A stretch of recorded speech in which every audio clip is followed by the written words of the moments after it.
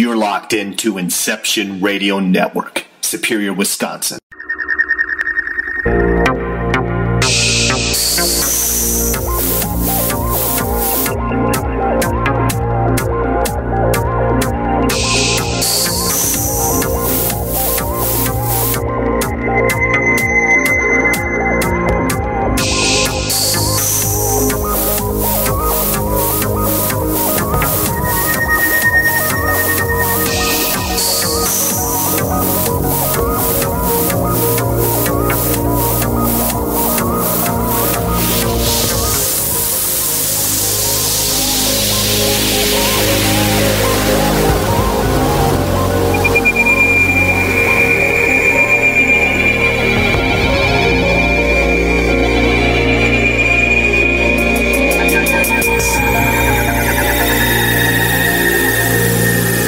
Now your host of California MUFON Radio, Lorien Fenton.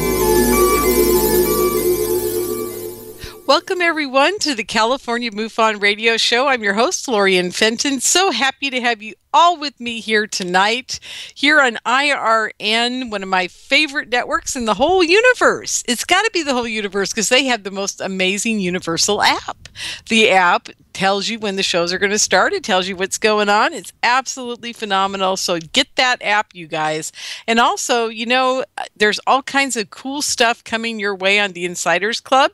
I don't know if Joe and MJ have had time yet to get my interviews, and Sasha and Janet Lessem were helping me fill in at International UFO Congress, and I'm pretty sure they got most of it. I think there's about 12 hours or maybe 14 hours of audio that will be up in the Insiders Club. I'm not sure when it's going to get there, if it might even be there by now. I don't know, but we're going to have to get that there for all of you. And I have a little conundrum tonight, folks. So I'm just going to tell you what's going on here. I have a guest scheduled. Yeah, MJ says they're getting to it. So it will be up soon. So it's well worth your while to pay the $4.95 a month to become a member of IRN's Insiders Club, folks. So if you do that, you get to hear all those great interviews from conferences and different kind of... I'm going to do a few specials this year. I've got some adventures coming up where I'm going to be recording some people you've never heard about before, but you're just going to go, oh my God, when you hear what they've got to say. It's going to be really cool. Anyhow, moving on, I have a very interesting guest scheduled for tonight, but the problem I've got is he's actually in a hospital, and I don't think he's going to be with us much longer, folks, so I don't know if he's, I just don't know what's going on because, maybe the nurse took away his phone. I have no idea. But his name is Ron Gardner, and he's been a guest here on Inception Radio Network on other shows over the years. He's an amazing researcher. His last book is kind of controversial. I'm trying to bring it up right now. I'm trying to remember the URL. It's Stargate something, stars or something. Anyhow, it's about Dan Burrish, and I was fascinated by this new book that he's put out. I don't even know what to say. I mean, I'm going to talk about it for a few minutes because I told him we'd try to call him about 8:15 this evening, and so that gave me a few minutes to poke around in here and kind of do what I wanted to do about MUFON. But before we get to MUFON, I feel the whole Dan Burrish thing, when I first heard about it, I absolutely felt it was true. Now, to what extent it's all true, I don't know. When I first heard about it, I only heard about the fact that he was working at Area 51. And then later the story, expanded into he pushed an alien through a portal back to his own dimensions after being stuck here for 50 years. So I was like, well, maybe. At that time, it was quite a while back. It was in the 90s, and I'm like, oh, maybe, who knows? And then there was a report out that Dan Burrish had ended up in the hospital, and that everybody around him said he was never the same person he was before he went in. And later, when I got involved with the mind control community, I thought, oh, my God, well, that's very similar to probably what they did to Bob Lazar when they made him drink that weird stuff that made him forget everything. And then when I met my friend up here in Northern California who used to work at a base and has absolute total lack of memory of many days of when he was at a base. And then also my good friend Todd Michael, who worked at a base overseas, and he had days where he couldn't remember anything that happened at the base. I mean, literally, folks, this is what they've all told me. They said, yeah, I go to work. I remember getting there. I'd walk in the door, I'd punch in, I'd do whatever, I'd be doing something. And then a few hours later, I'd be walking out the gate. And then I'd be home, and then I'd be like, what happened today? And it's like, 5 or 6 hours of their day is gone. It's just gone. They have no idea what happened. So when the whole Bob Lazar thing happened, I was pretty much like, well, that can't be real, right?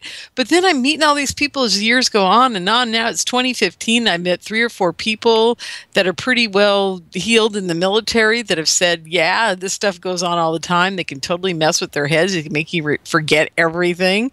I'm like, oh, yeah, well, that makes sense of what they did to Dan Burrish then. And, and maybe Dan's not remembering it exactly like it happened, because that's the other thing they do to people. They put these bizarre memories in their heads.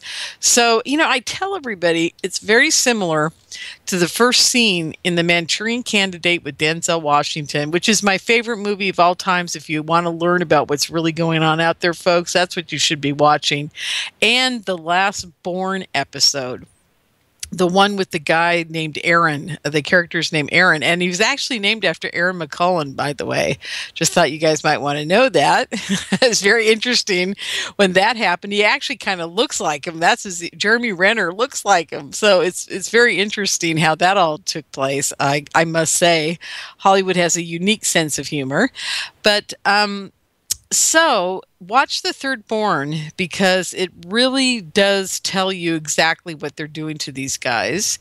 And also this whole mind control thing, it really crosses over into the whole UFO community, which is very interesting to me, because when I first started discovering the alien agenda, the UFOs, the whole bit, I never in my wildest dreams thought that 15 years later I would think it had a crossover to this type of thing that's going on in the world. So very bizarre. And just way too many people coming to me saying, yep, I don't remember a whole day at work. I don't remember a month and a half at work. I don't remember 6 months of my life. I don't remember 2 years of my life. It's, I don't even know what to say. It's just so bizarre. It's just insane. I will tell you guys all this, and I don't think I very seldom have ever mentioned this.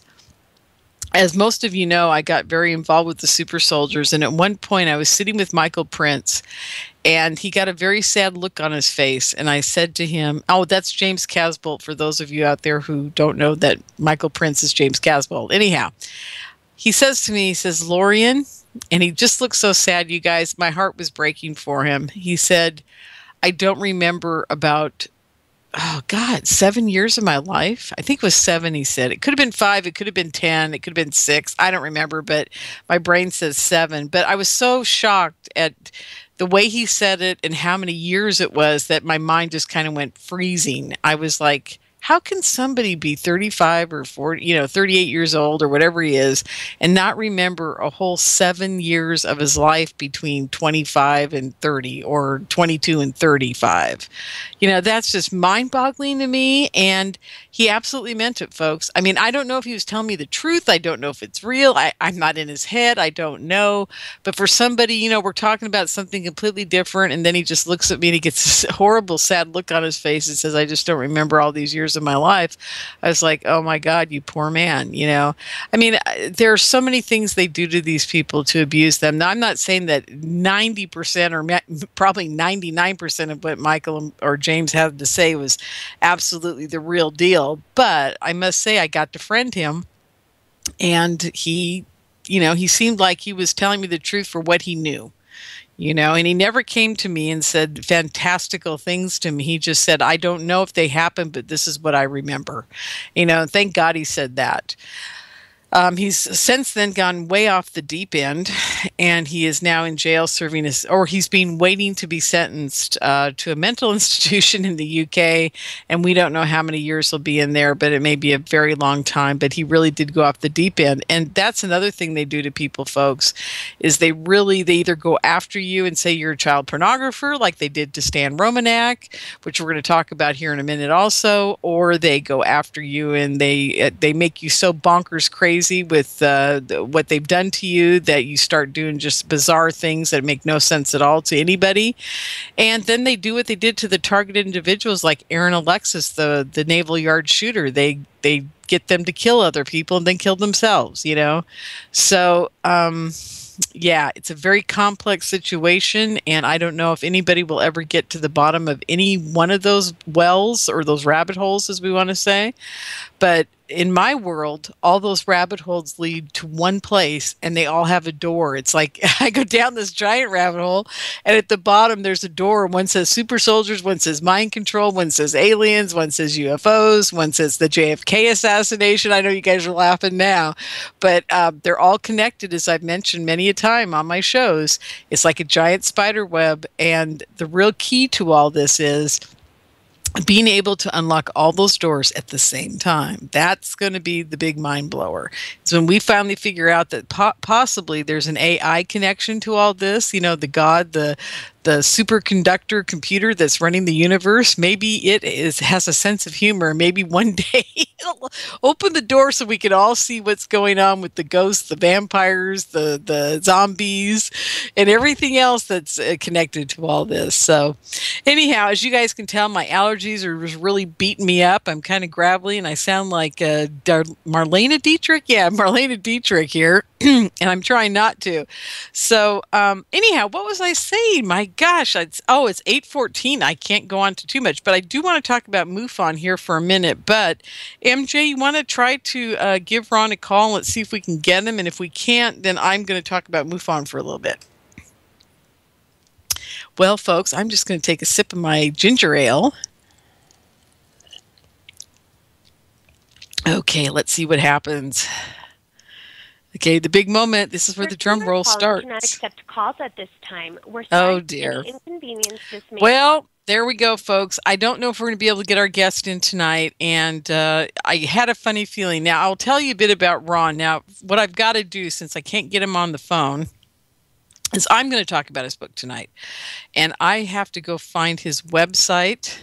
Tell you what, I'll do that during the first break. So, here's what we're going to do. For the next part of the show, I'm going to talk about MUFON, and we're going to talk a bit about UFO CON, and then we'll go into UFO CON and a few other things, what's happened with Stan Leeson Romanek for UFO CON, and then we'll go find his website, Ron Gardner's website, and we'll talk about the Dan Burrish book. And you know what? I'll go in there and I'll see if I can find any more information that I can read to you guys from the book.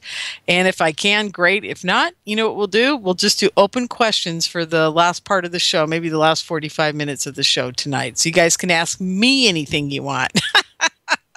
Oh, gosh, I could be getting myself in big trouble now. Okay, so, and I have the word out to a few people. I was, instead of what they call butt dialing on your cell phone, I was finger dialing on Skype to see if I can get any of my friends to join us in here. And we'll see. Oh, there we go. Area 51J, Rod. That's it. Thank you, MJ. Beautiful. Okay. Well, okay. Before we get to that, I'm going to go to the MUFON reports of the UFO sighting statistics for February. Yay! So excited. I don't know about you guys. I just love this report. It makes my day. It makes me smile, makes me laugh. I just love it. Okay, the United States had 478 reports. Wow, that's a lot. In February. That's just mind-boggling. Canada had 30. The United Kingdom had 21. You know, I think that, as you all know, and I know, I don't think it, I know it, it's because MUFON in the United States is so active that we get that many reports. If we could just get MUFON in the rest of the world as active as it is here, boy, I'll tell you what, I'd love to see the real stats. I would love to see how many are actually over Mexico all the time. That would be just phenomenal. So anyhow, okay, United States 478, Canada 30, United Kingdom 21, India pulled up a little bit, and Australia dropped. That's interesting. India had 9, Australia had 8. And what? Uruguay? Oh my gosh, Uruguay came up to the top too. Mexico dropped way down there with 5. Very intriguing. Okay, well, that's fun. Okay, here we go. By state, California had 84. As usual, we are the UFO state. You know, that should be our license plate. The UFO state. That's what we got to do. I got it. Okay, I'm going to start doing a campaign for MUFON to get license plates for California that say California is the MUFON state. That would be awesome. Okay, now I got bubbles going on here, MJ. I don't know what's who's trying to get a hold of me and what's going on. Trying to find him. Can't find him. Okay, well, anyhow, if somebody does get online here and say they can do the show, I'll let you know, MJ. Okay, so anyhow, yeah, California, 84. And then Florida had 34. Now, that's interesting. Florida doesn't usually creep up to second place too often. Texas is usually in second place, and they are at 26. Pennsylvania is creeping up a little bit. They were a little higher a couple months ago as well, 22. New Jersey had 18. Now, that's cool. New York has dropped down. It's only had 13. Oregon only had 11 this month, and Nevada only had 9, and they usually have quite a bit more. That's interesting. Very interesting. Colorado creeped up, 16. Wow. Very cool. Arizona's at its usual spot at about 15 to 20. And there we go. So we're not going to do any more on that. But North Dakota was solid last with South Dakota with 1 each. Very sad. I don't know why the Dakotas always run in the bottom spot. Okay, here we are. My absolute favorite part of the whole thing. The shape of the object and the number of reports. The spheres have always kind of been at the top, but what is very interesting to me, and spheres are at the top this month, there are 117 of those reports described as sphere-like craft or object or something in the sky. Now, this is what blows my mind, folks. People said star-like objects. 56 reports were star-like objects. And that is the shape of the object. Now, I don't know about you guys, but if it's a star-like object, then isn't it really just a glowing orb or a ball of light or something? I don't know. How could it be star-like if it's metal or a ship or something like that? Unless it has a plasma field around it that's causing it to glow in that way. That's the only thing I can come up with to describe what might be going on with the star-like shape, who was way down at the bottom for years and years, and in the last 2 years, last 18 months, has gone from the very bottom now all the way to second place, which blows my mind.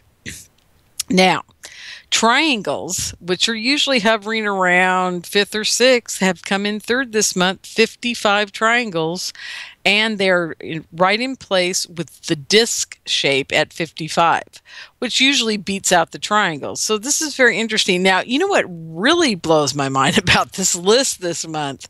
There were 51 others, and others means there's no description on this list for them. So that doesn't, I mean, what? So are we defining a whole new category that we've got to come up with for the other category? I would love to have somebody break down the other category into shapes, ideas of what they might be from the people that are reporting them. I would just really love to hear that broken down even further, because if it doesn't fall under, my God, okay, here's the list.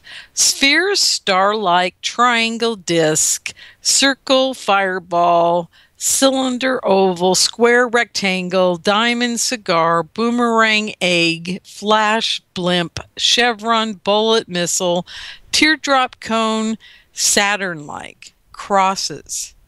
I mean, how can it be other than any of those shapes? I mean, how many other shapes are there? This is what I'm trying to get at, folks. This really kind of bothers me because what in the heck was it? Because if you can't describe it under all of those descriptions, then really we're in trouble. I mean, that other category should be like 1, and it used to be like 1 and 0 all the time. Now, having said that, it could be the fault of the investigator. It could be the fault of the person describing it to the investigator. It could be many people's faults as to why so many became other descriptors. But very interesting. Very interesting to me. I hope you're interested in it too. It just kind of really bothers me. So this is a good time for you guys to join MUFON and become a MUFON member and then become an investigator so that you can make sure that these other categories don't happen. I would really love to see that. That would be awesome. Hey, Lorien. Okay. It's MJ. Yeah. I have some padded stats that state directors see that you don't get in the email. You want to hear some more on that report? Yes. Is this about the others? No, this is about the distance from the objects and... Well, here we go. I'll just tell the listeners quick. On my report, great. On my report, I get distance from witness less than 100 feet from the object, 85 people, 85 cases, 100 to 500 feet, 89 cases, 500 feet to 1 mile, 120 cases, over 1 mile, 161, unknown 181, and no value 23. And this is the cool stat I watch for every month.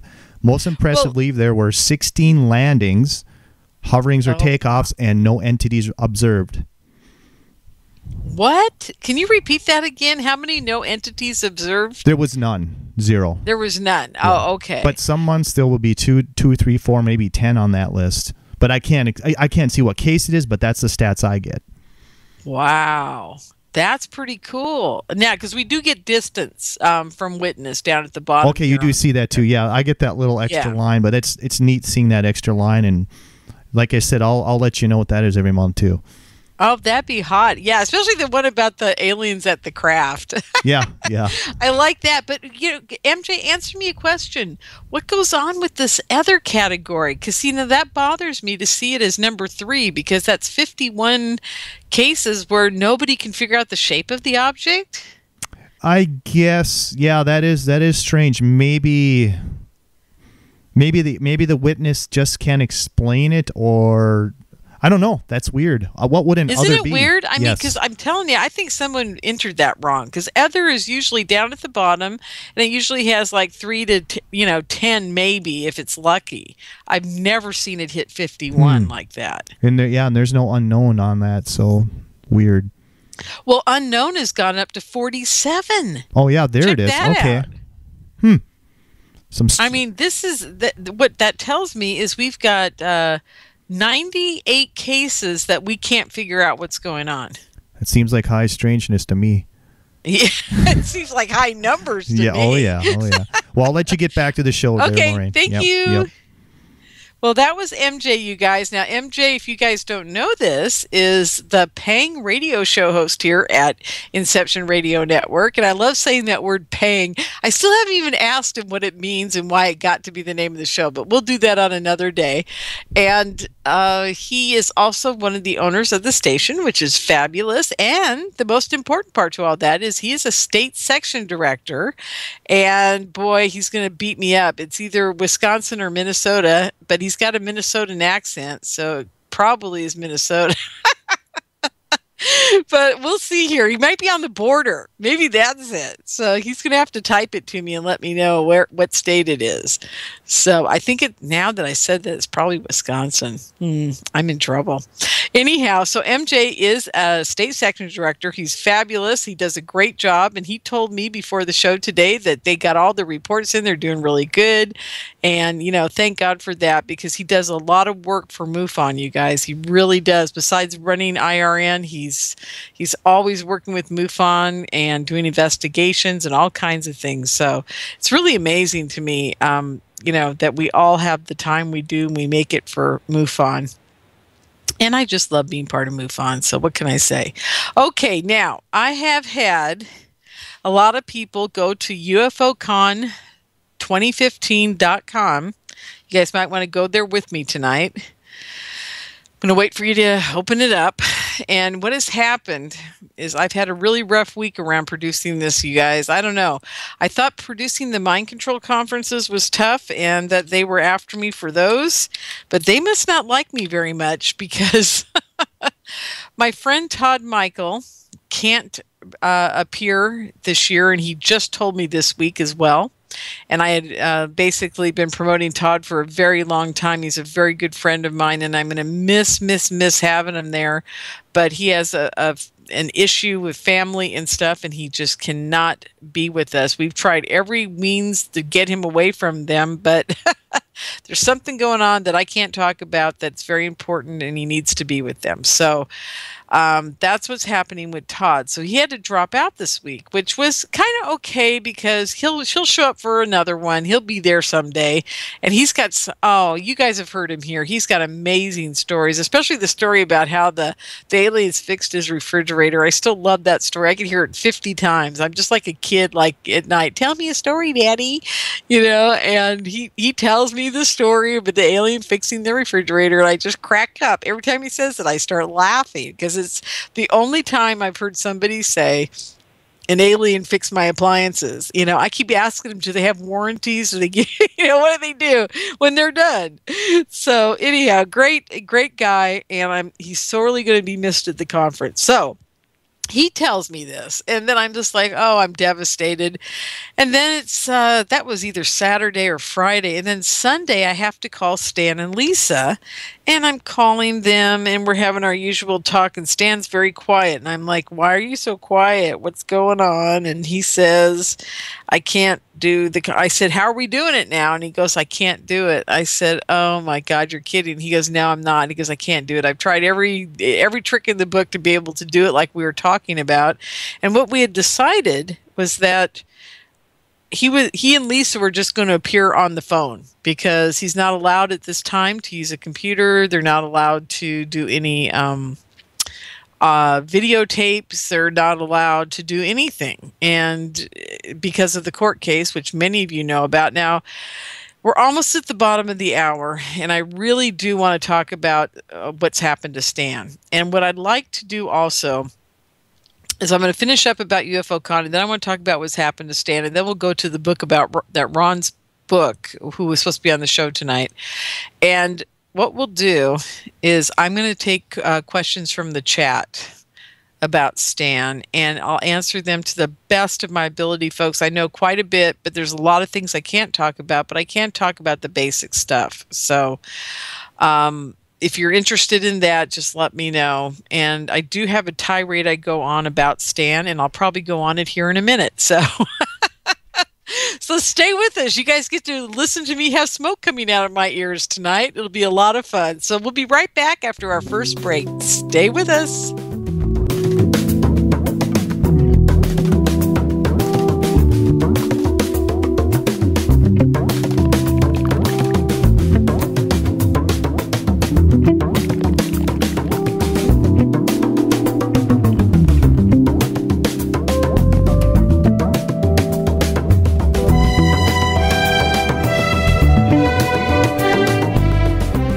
Into Inception Radio Network, Superior, Wisconsin. Don't have a computer? Is your internet connection down? Don't worry. Use your trusty cell phone or landline and call into our listen line at 401-283-6700 to listen to the Inception Radio Network 24/7. Again, that call-in number is 401-283-6700. For the Inception Radio Network, I am MJ.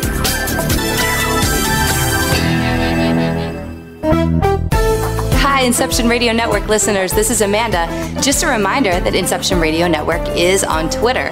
Follow us at I_R_N and keep up to date about who's on tonight, what interviews they'll be doing, who's guest spotting, what topics they'll be covering. Tweet to us, tweet about us, retweet topics to your friends, and most importantly, never miss a great show again. That's I_R_N.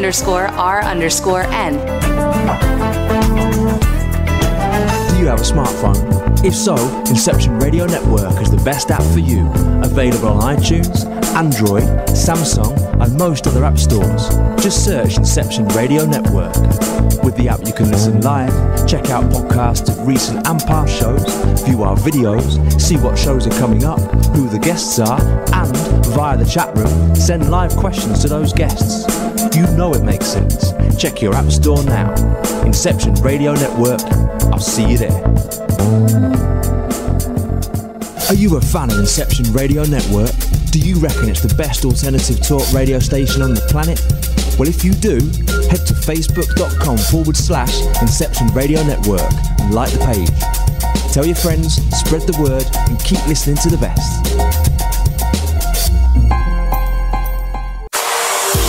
Hello, everyone.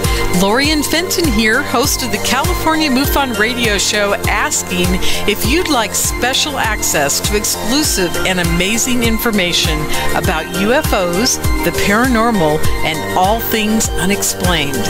If you're nodding yes, then join IRN's Insider Club.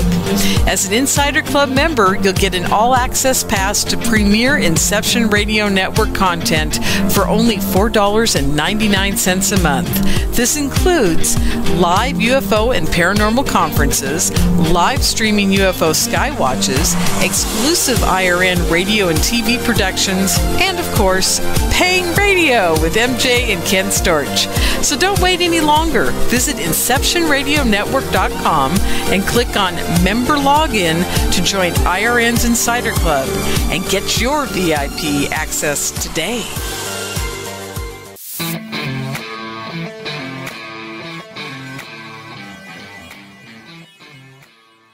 Welcome back, everyone, to the California MUFON radio show. I'm your host, Lorien Fenton. Really happy to have you guys all here with me tonight. We're kind of around the campfire because I don't have a guest with me this evening, but it's okay because I've got lots to talk about myself, and I just wasn't planning on it tonight, or I would have gotten a lot of things ready for you guys, but it's all right. We'll survive. I'll survive. You guys will survive, and you might actually even learn something. Who knows? About me, at least, or who knows? I don't know what I'm talking about, you guys. I'm just having a funny evening this evening. So, anyhow, back to UFO Con. I got to say, it's coming up on March 28th and 29th. I hope you guys are going to try to make it. We got 16 days, about 13 hours and 24 minutes before it touches down in Santa Clara, California. But I lost Todd this week. Then I call up Stan, and then I lose Stan and Lisa, which is really heartbreaking for me. And then I'm sitting there, what am I going to do? What am I going to do? And I realized that I was thinking about asking Preston Dennett to come on to the show because he has some really amazing information. He's one of those researchers out there that isn't like super, like super hot on the circuit because I don't know why. I think he's a wonderful guy. I've heard him on Coast to Coast. I've seen him on Ancient Aliens and, just all kinds of stuff like this. He's been on lots of shows. Oh, we got a question already about Stan. I knew that was coming. Okay, you guys, I'm going to try to get into the chat room here in a minute too as well. So thanks for that, MJ. Anyhow, so the whole thing was, I thought, well, he's got a new book out called UFOs over Nevada. And I had remembered that he had a book called UFOs over California out about a year or two ago. So I gave Preston a call and he was so gracious, folks. So we got to just thank him right now. He said, yeah, I'll be there. And he said, where do I go? What time do I be there? Instead of, well, I got to check, all this. He's just like, yeah, I'll be there. I'd be happy to help you out. So Preston Dennett will be at the conference in place of Todd. So I've got him replaced so far. Now, here's the hard part. Here's where I'm kind of really having a meltdown. I'm going to share all my personal stuff with you guys tonight, putting on the conference-wise. My good friend Plutronus, who's been on this show so many times, as you guys all know, and I love him to pieces. I don't know if you guys do, but I do. He's one of my best friends, and we all got to say big, huge prayers for this guy because he was in the hospital for 5 days last week. He's not doing well. He's doing better. He went in for 5. He was out for a day or two. Then he went back in for 2, and now he's out again. And I'm very concerned for him. So and we were laughing because he says, you're only concerned about me because you want me to show up on the 28th and 29th and then I can die, right? I'm like, no, that's not the case. But, it is the case in a weird way. It's like, I've been advertising him now forever and I really have nobody to replace him. So I'm just kind of going, oh my God. But besides that, he is one of my best friends, and I'm very concerned about him. So I really hope that all of you people out there could do me a huge favor and pray for Tron. You can say Plutronus or Tron. The vibration's the same. It'll get to him. And I just, he is, you guys, he is the smartest guy I know. And I know some very smart people. I know people that are like Einstein people. And I'll tell you, this guy, he may come on the show and he may be Plutronus, he may be the Tron, he may be what he is on my radio show, but what you guys don't know about this guy is that he can think circles around 99% of the scientists at NASA, Livermore. He would not have been hired by the Department of Defense to do things that he can't even talk about, that I know a little hint about, that would blow you guys' minds absolutely away. Absolutely. So I'm just telling you, if we lose him, we're going to lose somebody who is working on, and this is public knowledge, he's working on a UFO detector. And he swears to me he's not dying until that thing is done, because that is his life's dream to do that. And what he wants to do is he wants to have a UFO detector on every home in the United States. That's his goal. Who knows if it'll happen, but I think it's an amazing goal. And if anybody can build it, he can. And he's doing an amazing job with it. And we're hoping that, sometime soon in the next year or so, we'll have that available for everybody here at the network. And I'm sure Tron will still be with us when this all blows over. And I'm sure he'll present at UFO CON.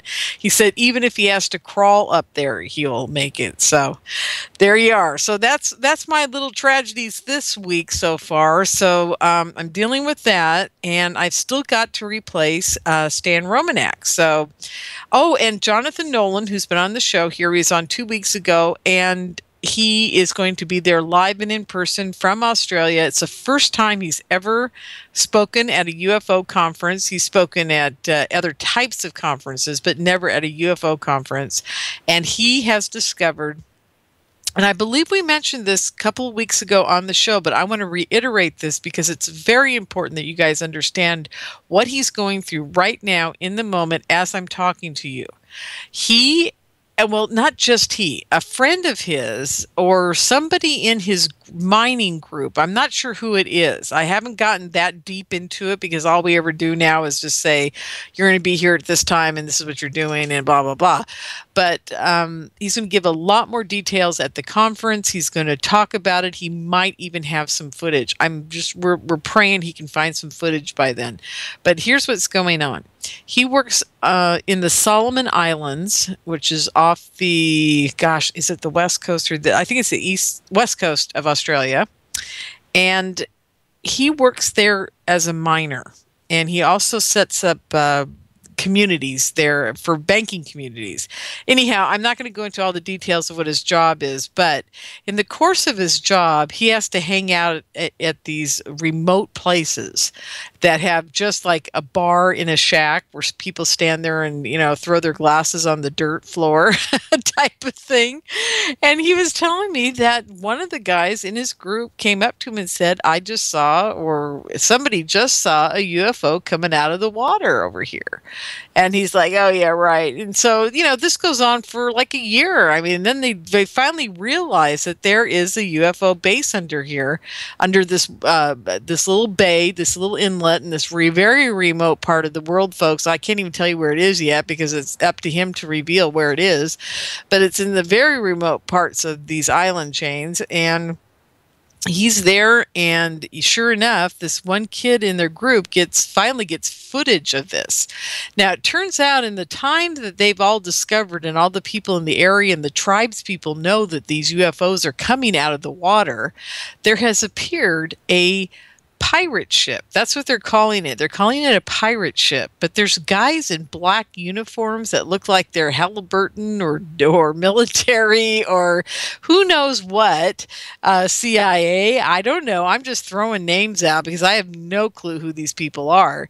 He doesn't either, but he knows that they're military and he knows they're nasty and he knows that they've showed up there and they are patrolling that bay day and night now. Now, here's what happened. 5 weeks ago, one of the kids that got actual video footage of the UFOs coming out of the water was coming back to the mainland and trying to deliver the video footage, and he got close to the edge of one of the bigger islands on the way to the mainland, and he was attacked and killed, and he was killed in a very horrific way, folks. He was basically hacked up, and that's the only way I'm going to describe it. You know what they do with machetes in Africa? Well, they did this to this poor man.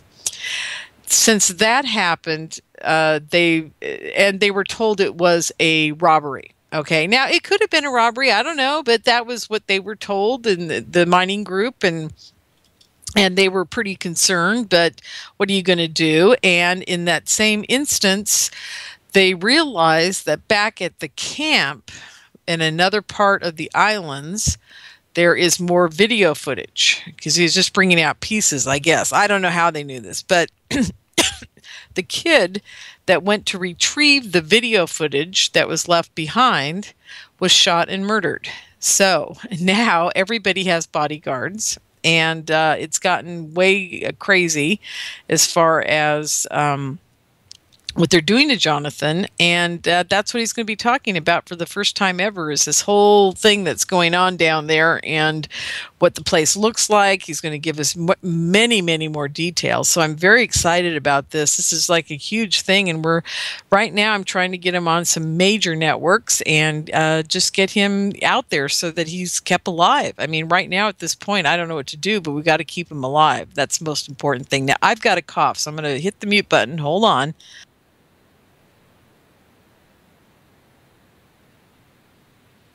See, now that's what I do when I have a guest. I can do that. You guys don't even know what's happening, but I'm going to cough again here. Hold on. So anyhow, that's what we're doing with Jonathan Nolan. He's going to be being like a super expert person on this. So, hey, MJ, can you I'm not sure. I've got to cough, and it's a pretty bad cough here, so I don't want to leave dead air. Can you talk to the gang for just a second?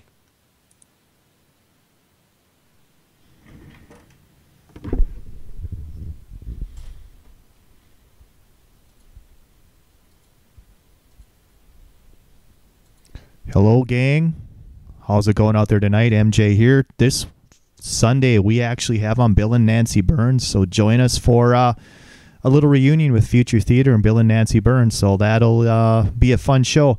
I know Bill will join us the first hour, but after that, we get Nancy the full show, so it'll be fun. Me and Ken will be on with Bill, talking about their UFO Hunters episode and some of Bill's research on UFO Hunters, so good stuff, good stuff. So I tell you what, let's go to break here quick. We'll do a little early. Oh, no, it's okay. I'm finally back. Oh, you're back. Guys, there you go. I can't believe it. I can't believe what I just had. I had a major attack. It was like, oh my gosh.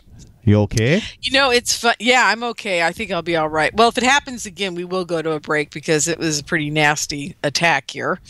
And you know what's funny, MJ, is that this happened right when I started talking about this whole Jonathan Nolan thing. Oh, better change the subject. Yeah. And every time he and I even try to talk about it on Skype, we get cut off. So I don't know what's going on, folks. I think it's very bizarre. Thanks, MJ. I really appreciate it. No problem. Okay. So anyhow, folks, I don't know what's going on with this whole thing, but I think he's got a big piece of the puzzle, and I think he's going to be extraordinary to see at UFO Con if you can make it, because I think he's just going to steal the show, to be honest with you.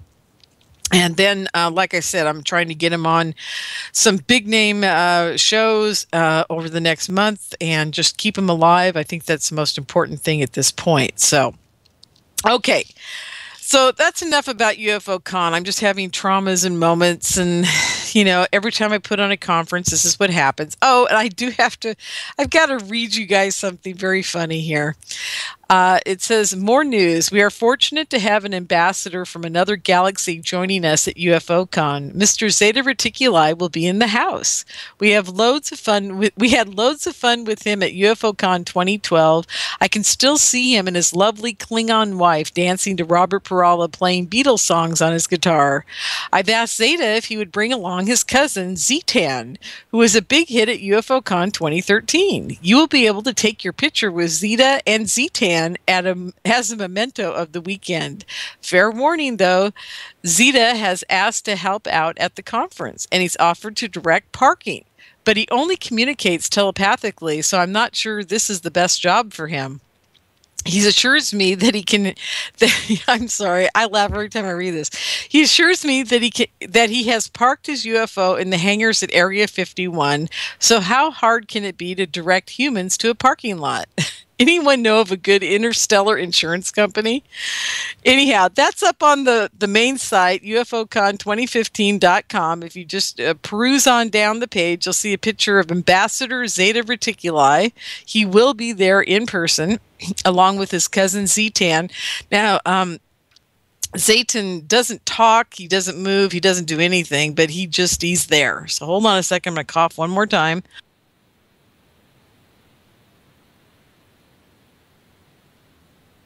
Okay, I'm back. So, but Zetan doesn't move much, but Mr. Zeta Reticuli does. So he'll be there and he'll see you guys, and that'll be a lot of fun. Okay, well, enough of UFO Con. I'm pretty much over talking about all the craziness going on around it, but it's going to be spectacular. You know what? One last thing about it. Whenever I have this much trouble putting on a conference, it's usually one of the best conferences I ever put on. And that, because what happens is the energy around it just gets, more and more intense because people are going, oh, now what? What's going to happen next? And they all show up and we have a great time and it's so much fun. It's like finding your long lost family, folks. So I do hope you can make it. If you're on the West Coast, anywhere on the West Coast, please try to make it. It's very affordable. And there's lots of hotels in the area, and we just have a really, really good time. And this year we've added something we've never done before, and that is we're offering lunch both Saturday and Sunday at the conference at a very reasonable price for all that you're getting, and that we don't even have to leave the building. So unless you want to go out for dinner or something like that on Sunday, which is available, but we're also having our fundraiser on Saturday night at a restaurant. So we got lots of activities. It's not like you just go sit there, hear somebody speak. We've got things planned from the morning until night, both days, a lot of fun. Skywatch on Sunday night. It's going to be great. So I do hope you guys show up and be with us. It'll be great. Okay, let's see. What am I doing? I'm trying to find that website. La-di-da, la-di-da. Sorry, you guys. I just was not expecting not to have guests with me tonight. I would have prepared much more so. Okay, here we are. Now, this is Ron Gardner's website, and it's called Area 51 ET. And yeah, area51jrod.com is the website, area51jrod.com. We'll talk about this for a while, and then I will go back into the Stan questions in the last half hour of the show. Okay, so let's see what we can do here. Oh, yeah, you know what? At this website, I really want you guys to check out all of the videos he has on here. I did see them the other day, and it was very intriguing. There is a video of my good friend Mark McCandlish talking to Dan Burrish about what it looked like in Area 51 at the hangars and what the area layout was. And Mark McCandlish is, if you don't know, he's been on the show. He is a graphic designer or a graphic aero engineer artist. I don't know if there is such a word, but he was he was designing and drawing secret aircraft. I keep thinking of the secret space program, which does exist, but we can't talk about it now, can we?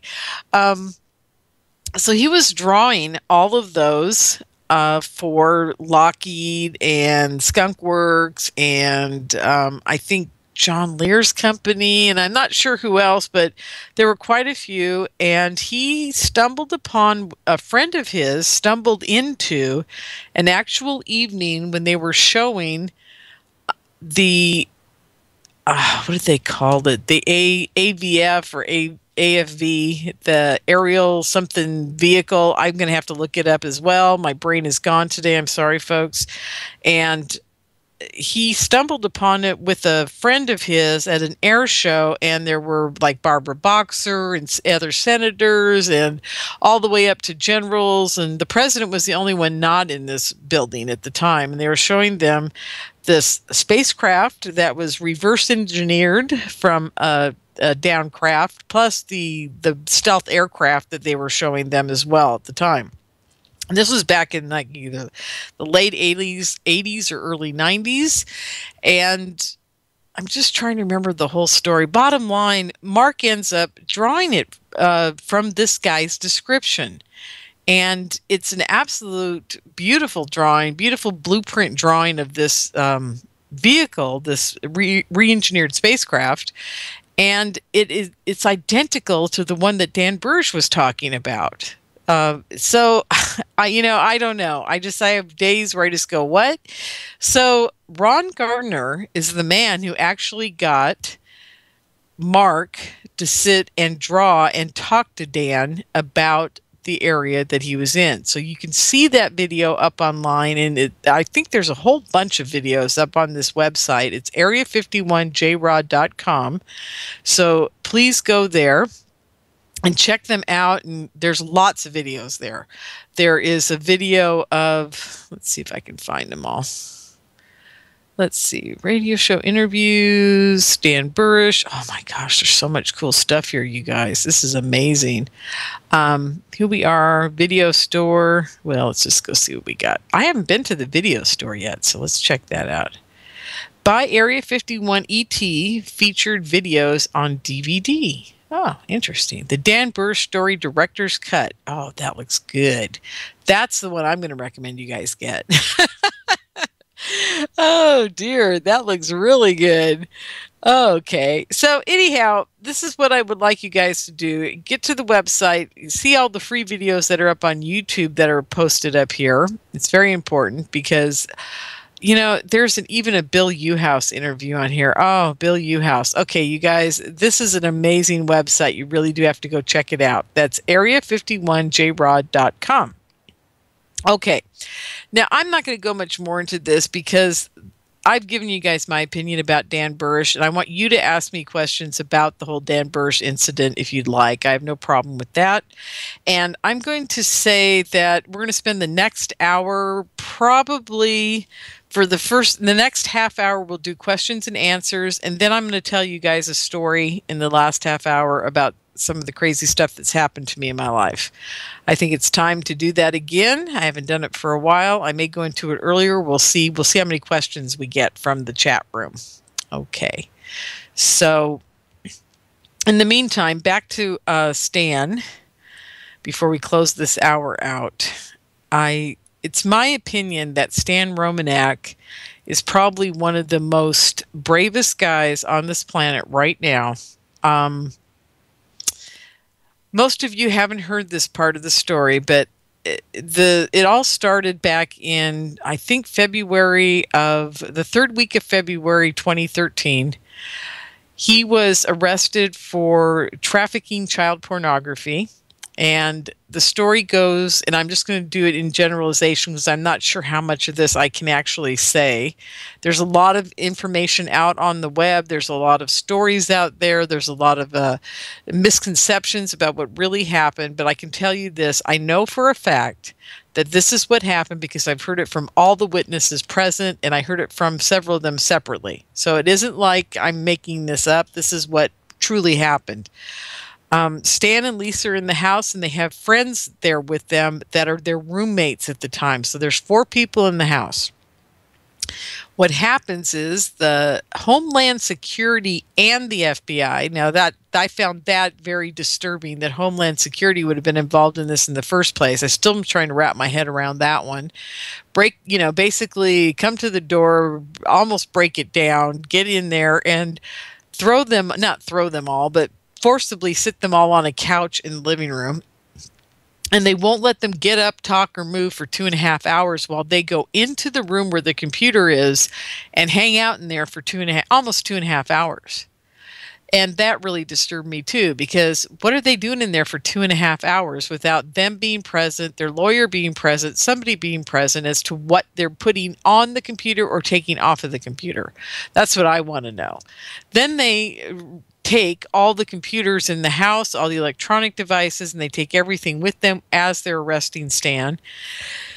I found that disturbing too, because Lisa has to make a living and her computer's gone, and the people that are staying there, they have nothing to do with Stan, and they have their own computer and it's taken, and it's just ugly, folks. Just really ugly stuff happened. And so he's arrested, and what bothered me the most about the whole arrest wasn't the fact that he was arrested. It wasn't the fact that they were trying to say he did child pornography. It wasn't any of that.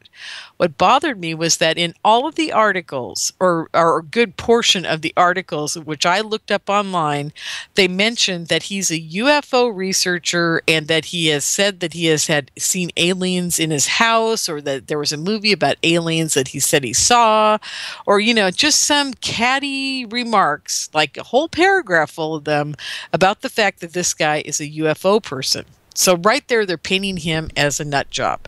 Okay, folks, it's 9 o'clock my time here on the West Coast, and I've got to take a break. So we'll be right back after these messages, and I'll go on about my opinions about the Stan Romanek case. So stay with us.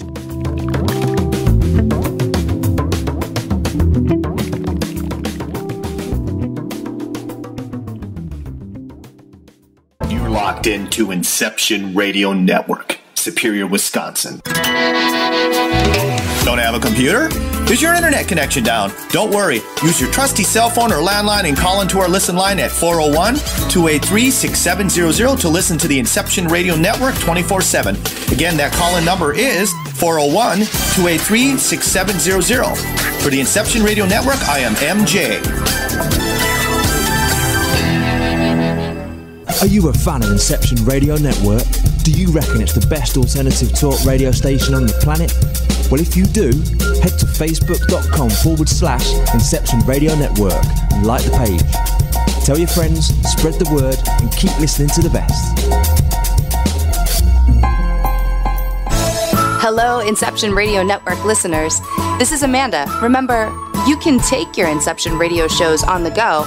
Just download the Inception Radio Network app for your iPhone, iPad, or Android smartphones and access live shows, past shows, guest lineups, and much more. Just visit the iTunes Store or the Google Play Marketplace and download it today for free. You didn't forget what's coming up tonight, did you? Hi, Inception Radio Network listeners. This is Amanda. Never miss that interview you were looking forward to or the show on your favorite topic. Follow IRN on Twitter, I_R_N, and get reminders about the evening's live shows as well as fun and important updates throughout the week. That's I_R_N, and never miss a great show again. Hello, everyone. Lorien Fenton here, host of the California MUFON radio show, asking if you'd like special access to exclusive and amazing information about UFOs, the paranormal, and all things unexplained. If you're nodding yes, then join IRN's Insider Club. As an Insider Club member, you'll get an all-access pass to premier Inception Radio Network content for only $4.99 once a month. This includes live UFO and paranormal conferences, live streaming UFO sky watches, exclusive IRN radio and TV productions, and of course, paying radio with MJ and Ken Storch. So don't wait any longer. Visit InceptionRadioNetwork.com and click on Member Login to join IRN's Insider Club and get your VIP access today.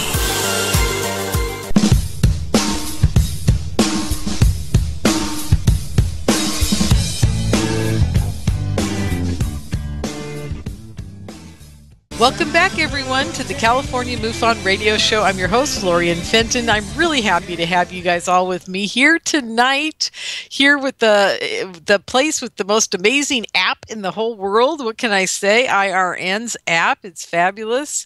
You guys really do need to get one. So get on there, get on the website. I think it's the Google Store and at the App Store for the iPhones, wherever that may be, because I don't even know how to do that because I've never owned an iPhone. So, but get to the app stores of your choice and download the IRN app. And then you'll get to know when everybody is going to be on and what time they're on and what's happening. Okay, everyone. Well, I'm going to get back to the whole Stan Romanek story. So, and this is from what I know. So, and this is from it. I wasn't there when it happened. I can't say for sure that it went down exactly like I've been told, but I am friends with them. I don't think Lisa would ever lie to me about the situation and how it unfolded. I mean, I know she wouldn't. I don't think it. I know she wouldn't. And I don't know the other people there. I just know them from having, been on the phone with them for a minute or two. So I can't vouch for them, but I can vouch for Stan and Lisa. And so we're at the point now where they're on the couch for 2.5 hours-ish. Stan's arrested, and then it hits the media, and the media makes him out to be a nut job UFO guy. And they put a picture of him with his hair all tousled and everything, making him look even weirder and stranger than, fiction, of course. They want him to look like he's crazy. So that's what they do, folks. That's exactly what they do. They do everything they can to discredit you from the minute this all starts. And then all I can tell you about the case is that it's still going on. And this is the part that really makes me mad. I start getting smoke coming out of my ears, is that I'm sitting at International UFO Congress and people are picking up my flyer and they're seeing Stan Romanek's face on it, and then they're saying, oh, he's a pedophile. Oh, he's this. Oh, he's that. And I'm like, I actually went up to 4 or 5 people because I'm not shy, as many of you know. And I said, excuse me, do you know anything about what happened to Stan? And they go, no. And well, yeah, they said, yeah, I know. And I go, no, I don't think you really know. And then I, go off into my tirade till their eyes are glazing over and their skin's turning green and they just want to get out of there. But basically I told them that, the truth as I know it. And as a UFO researcher in the community, I have been fooled before, folks, but not to this extent. It would take a whole lot to get me to the point where I could say, man, I was really wrong about this case. I really absolutely believe in Stan and Lisa. So anyhow, back to International UFO Congress, people are brainwashed immediately by what they see in the media and what everybody gossips about. It's never about the truth. It's always about what they want you to think the truth is. And I think people need to realize that. That's what's going on here. It's another smoke and mirrors thing of this guy has some amazing stuff going on, and I don't know if any of you have rented his movie yet, but if you haven't, you need to, because it will blow your mind. It blew my mind, and I've seen it 3 times. I paid $4.99 3 times. I could have just owned it by now, but no, I kept paying $4.99 to rent it, and I keep watching it, and I'll tell you, that alien in the window, I believe, is absolutely real. Now, there's a slight possibility it could have been fake, but I don't think so. I mean, I really, really don't. There's another alien that I probably shouldn't tell you guys about. You need to watch it for yourself. You need to decide if that's a real alien or not. I don't know. It's in the plate glass window on the patio, and you guys will know for what I'm talking about when you get there. And it's up to you. I have never seen a gray alien. I've never seen an alien like this one on the patio. So I don't know what I'm looking at. it's so hard to figure it out whether they're real or not. But what amazes me more than the fact that they're real is that they even caught them on camera. And then people go into this whole thing of, oh, it was, it was a special effects company that made it for them, and, all this stuff. And you guys, when you look at that, you can tell there's no special effects. These are just regular old black and white security cameras. I just really don't think that there's any special effects involved in this. But, like I said, I've been fooled. There's a 1% chance that I'm being an absolute ridiculous person here, but I think I'm right. My gut feeling says that these things are real, and he's right. And the part that really bothered me the most about all this was before Stan got arrested. He and I were talking. It was October of 2013. His movie was scheduled to premiere in Florida, and he was scheduled to be at my UFO conference in that year. That was 13, and he couldn't do it because the people, now this is another thing that really is intriguing now. The people that made the movie moved his date of his premiere to right around when he was supposed to appear at UFO CON. And it didn't even strike me until a few weeks ago as to why they may have done that. They premiered his movie at an obscure film festival in Florida in front of about 30 people. And they could have premiered it at my conference with over 200 people, and it would have been in the UFO community. And I think it would have gotten a lot more publicity. And I was thinking, later I thought, well, what was that all about? But I didn't say anything at the time. Stan and Lisa had to bow out, and they said, we'll do it next year. And that was where we left it, and I was fine with that because I had plenty of people for that year, and everything was good. So looking back on it now, I'm starting to wonder if that wasn't planted or a setup or something going on there. So anyhow, okay, where am I in the story? Gosh, I'm getting so excited about putting all these pieces together and forgetting where I'm at. So this is back in 2013. They can't be at my conference. Everything's fine. And I'm trying to think what my point was to this. Oh, shoot, I forgot. Well, anyhow, so then February of 2013, it was February of 13, so that must have been 12. So anyhow, bottom line, it's February of 13, and then Stan gets arrested. And I call him, and I get all the scoop about that. Oh, I know what it was. I remember now. He's going off to do the premiere of the movie, and he says to me, Lorien, I got a phone call, and I think he's told this in public. Oh, please, Stan, forgive me if I'm saying something I'm not supposed to say. Please, please. He said, I got a phone call, and I was told the film would never see the light of day. And I think he said this in public, and please forgive me, Stan, if I'm spilling the beans here, but I thought that was very telling when he told me that in October, right before the movie was supposed to premiere. And I thought, well, that's odd. Why would they tell him that? And, it's just strange. And the movie is premiering. It's premiering in Florida in November, but it never went anywhere after that. It was like at that movie house. It won a few awards, and then it was gone, and no one ever saw it again. I mean, it's just gone. It's like nobody knows about it. Even in the UFO community, they don't know about it. And that really, it bothers me. It just, it's just like it was squelched. And I have no idea how people are squelching it so badly, so easily. You'd think it would be the top banner at any UFO conference in the world. Stan Romanek in a movie where you can actually see aliens, and you can see orbs, and you can see all kinds of high strangeness going on. You think it'd be the top movie on everybody's lips, but no, not a peep about it anywhere. So that kind of bothered me for that whole year after the movie premiered. I was thinking, gosh, doesn't anybody know about it? And I went and I paid my money for it and saw it right away. I was very excited for them. And then February comes around and he gets arrested. And boy, I tell you, it was the talk of International UFO Congress while it was happening. I didn't hear about it till just the day I was leaving, so I didn't pay much attention to what was happening and what was being said. But when I got a hold of Stan later, a few months later, he basically said, yeah, it's been horrific. He told me some details. I can tell you guys about sitting on the couch for 2.5 hours. That's pretty much well known, I think.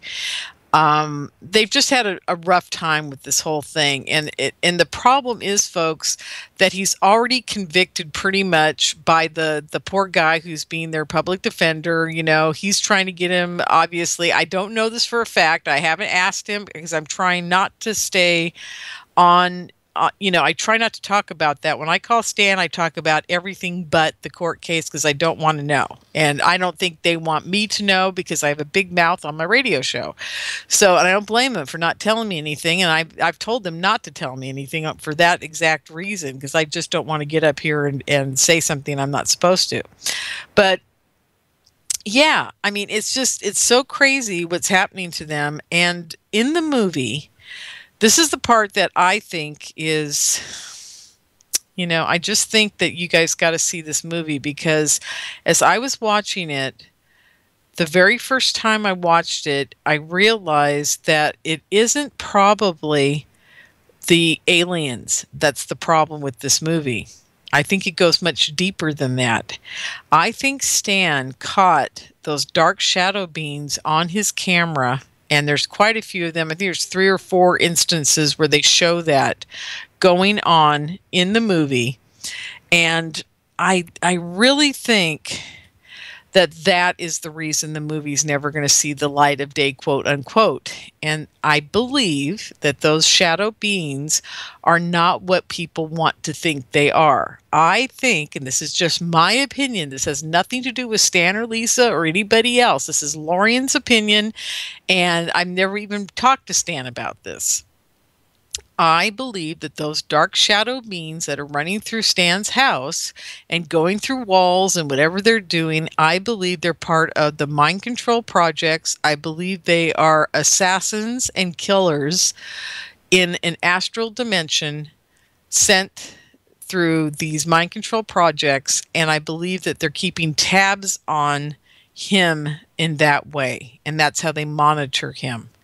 And I think Stan has been just lucky enough to capture them on film. And I think the government, the black ops, military, alien agenda government that are down in those underground bases somewhere are just freaking out that he was able to actually capture those. So that's my opinion, folks. I've heard a lot of things over the years. The men who stare at goats isn't as crazy as it might seem to be. Those people that were supposedly doing major remote viewing and were supposed to be trying to kill people in this dimension with their mind, well, I have it under good authority. They did accomplish that, but they don't accomplish it in 3D reality. They do it in another dimension space. Whether it be a dream space or out of their body space or another dimension space, I don't know. But I think that's what the dark shadow people are.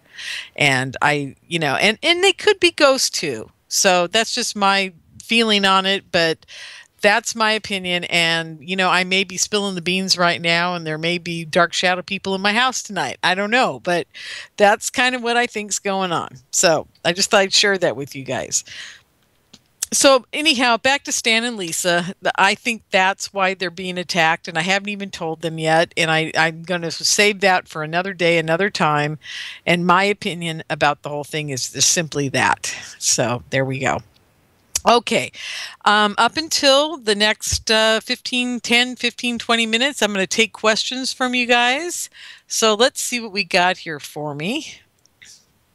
It says, Lorien, concerning the circulating picture of one of Stan's hybrid children showing up at the end of his lectures, what more do we know about the hybrid, i.e. interaction with other attendees? Oh, that's a darn good question, because I was actually there at that event. I'm pretty sure that was at International UFO Congress 2013, and Stan was asked to fill in for somebody, and one of those kids showed up.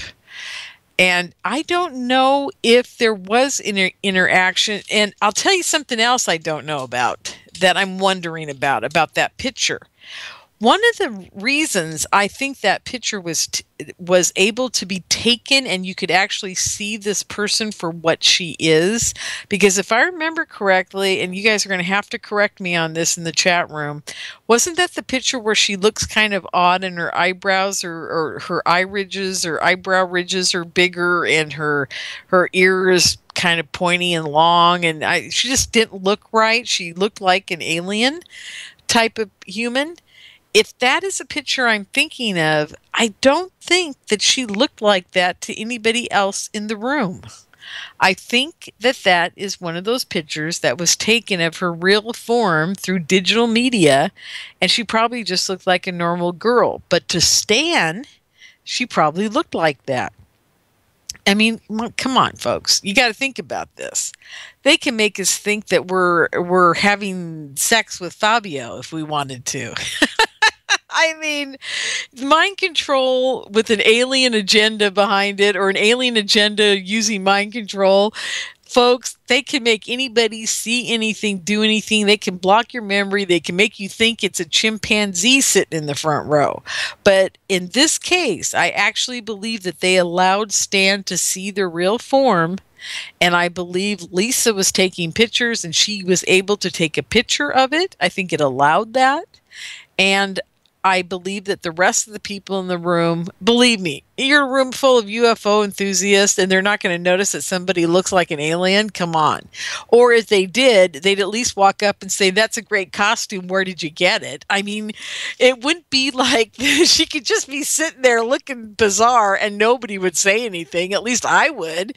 And I know about 50 or 60 people intimately that go to that conference. And I can tell you right now, if they'd seen her, they would have all been running up to her to talk to her. They are not shy people, unlike it, just like myself. You know, there's very few people at these conferences that won't approach somebody who looks odd. Yeah, I mean, really. So I think that's my opinion of what happened. I haven't talked to Stan or Lisa about it yet at all either. And I think a lot of the things that they've seen, only they can see, or other contactees that are with them can see. I really doubt that if you and I were sitting in the audience and even sitting maybe right next to her, would we have been able to see that, unless maybe out of the corner of our eye we were catching something, you know? I mean, I actually saw one of my super soldier buddies start to transform into a reptilian right before my eyes for a fraction of a second at one point, and I thought I was seeing things. I thought I was making myself see it, and then I realized later, I thought, man, maybe I'm actually seeing the truth for once. Who knows? So I don't know. I just don't know anymore. It's a very bizarre world out there. So that's my answer to that question. And as far as interacting with the other attendees, well, like I said, there's a gazillion of those people out there that would have been there for that. Let's see.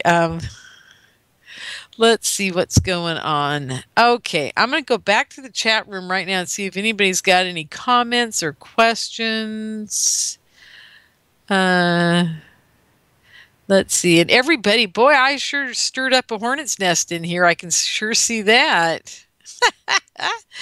Let's see. Redshift said Stan Romanek had a very similar story to tell about the J-Rods as time travelers, which kind of follows what Burr said, only he claims to have been unaware of this at the time of writing his book. And yeah, you know, that's interesting, Redshift, because Stan and I have actually had a couple of talks about time travel, and time travel, you know, the older I get, and and I say the stupider I get, because I'm not getting that much wiser. I got to say, folks, I'm forgetting more than I knew, 15 years ago. It's all going out of my head. But what I would say about that is I have really had some really bizarre experiences happen to me in my life. And one of the ones that you guys all know about that I've told you is the rabbit story, about how I came home as a child wanting a rabbit, and there's a rabbit there.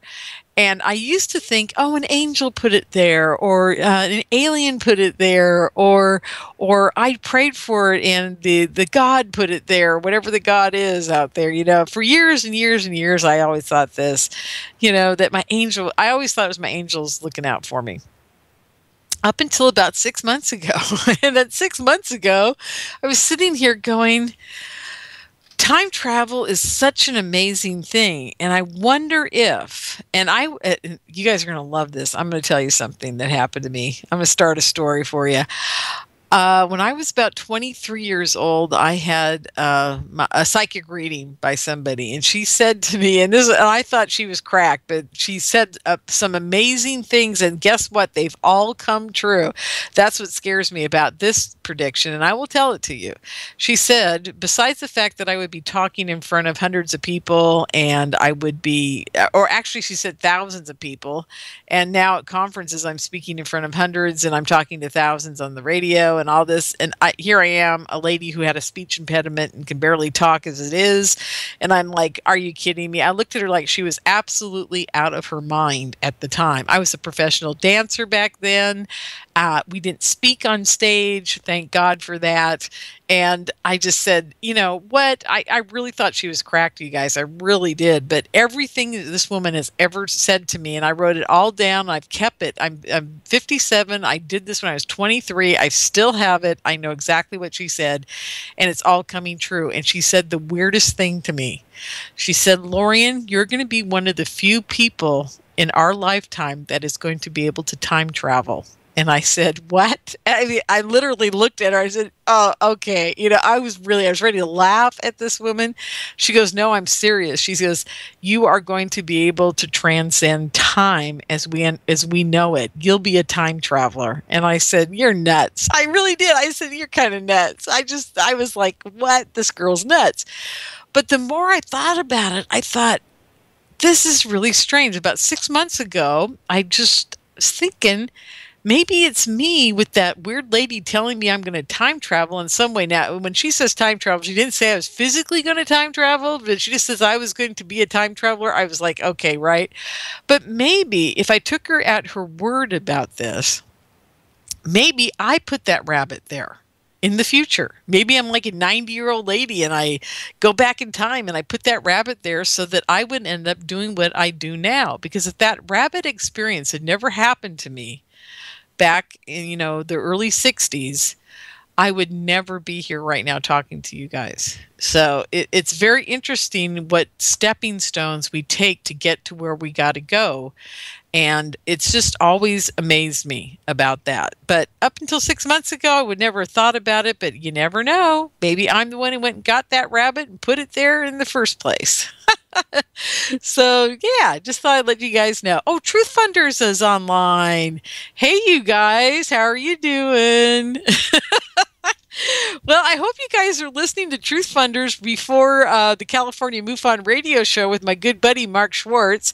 Hey, Mark, you want to come on the air with me in the next half hour? I'm just going to throw that out to you because I'm just sitting here.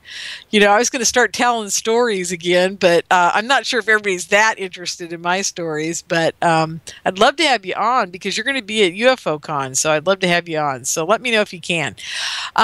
Anyhow, so that's a thought, you guys. So maybe this woman isn't as nuts as I think. Maybe. Now, here's my thought on it. Maybe I learn how to energetically, in an altered dimension, just like these Black Ops characters are out there in the military doing all these nefarious things. Maybe I learned how to actually manifest that rabbit back in 1964 or 6 or 5 or whatever it was. And maybe that's how it got there. Maybe that's the trick. Maybe you have to go into an altered state, into another dimension. Now, having said that, there is a guy named Dan Bolin, and I don't know if you guys can find him, but you can find him on Super Soldier Talk by James Rank, and his name is Dan Bolin, Bollyn. I believe, I could be wrong, but I hope you guys can find it. He has a video of him coming through a portal and traveling through time. And he says they mastered it ages ago, and it's very easy to do. So there you are. So check that out sometime. Now, I'm not saying it's real. I'm not saying he did. I'm not saying anything, but it's very intriguing. And he is one of these kind of super soldier kind of characters. So who knows what's going on. And it's very good stuff. So, okay. So it looks like Truth Funders might, Mark's going to come on with us here for a little bit. at the last part of the show. And if you guys like, go ahead and put any questions you have for me in the chat, and I will try to answer anything you want me to answer about me or what I do or my life or UFO Con or the Mind Control Summits or MUFON or anything you want. That would be wonderful. So, okay, we're going to take our last break. Everybody stay with us. We'll be right back. Locked into Inception Radio Network, Superior, Wisconsin. Don't have a computer? Is your internet connection down? Don't worry. Use your trusty cell phone or landline and call into our listen line at 401-283-6700 to listen to the Inception Radio Network 24/7. Again, that call-in number is 401-283-6700. For the Inception Radio Network, I am MJ.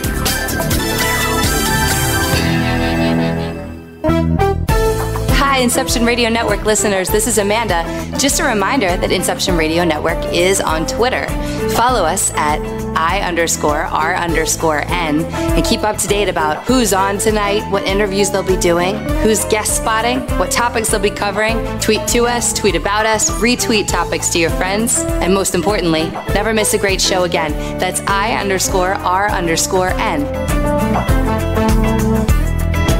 Do you have a smartphone? If so, Inception Radio Network is the best app for you. Available on iTunes, Android, Samsung, and most other app stores. Just search Inception Radio Network. With the app you can listen live, check out podcasts of recent and past shows, view our videos, see what shows are coming up, who the guests are, and, via the chat room, send live questions to those guests. You know it makes sense. Check your app store now. Inception Radio Network. I'll see you there. Are you looking for a cure for boredom? Never worry. IRN's new interactive website introduces a number of ways to pass time while you listen to your favorite show.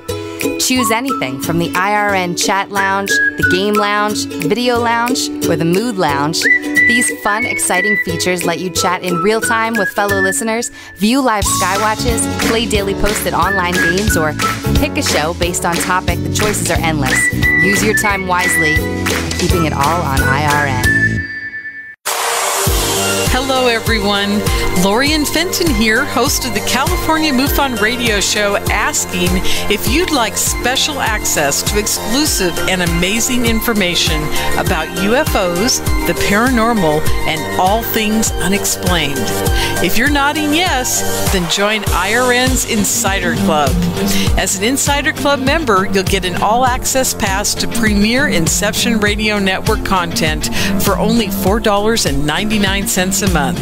This includes live UFO and paranormal conferences, live streaming UFO skywatches, exclusive IRN radio and TV productions, and of course, paying radio with MJ and Ken Storch.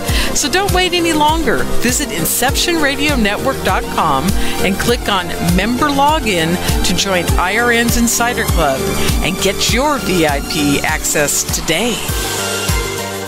Welcome back, everyone, to the California MUFON radio show. I'm your host, Lorien Fenton. And I'm so glad you guys are still hanging in here with me tonight. Boy, it's been a wild ride. Like I said, if I'd known I was going to be alone tonight, I would have just done so much more research and had all kinds of fun topics for you guys, but I just didn't know. And I was very worried about Ron. I don't know if I mentioned this at the beginning of the show, but he is very, very ill. And we're going to be lucky if I can get a recording with him before he passes to the other side. But that's what I'm going to try to do. It was MJ's suggestion, and I'm going to take care of it as soon as possible. So with me now for a few minutes is my good friend Mark Schwartz. And Mark, you guys have a radio show here at IRN now, don't you? We do. We were on earlier today, in fact. From cool. 6 o'clock to 7:30. It's so much fun. I can't even begin to describe what a good time Art and I are having doing the show. Now, Art's name is Art Bell. Is it Art Bell? It's Art Webb. Art Webb. So, okay. And a four-letter last name. He's really great. I actually got to know him via the internet. We originally met. We worked on projects together when I was a producer for a company called Rooftop, which has since been acquired by Amazon and Audible. But I was doing online video content and creating TV shows. It was pretty cool. I was like directing like Seth Green and a couple of cool peeps out there in LA and making these shows. And I was listening to Art's. He had a radio show. He was on a radio show, a pretty well-known radio show called The Tom Leykis Show. He was the producer there. And then he also was producing a music station called New Normal Music, and it was online.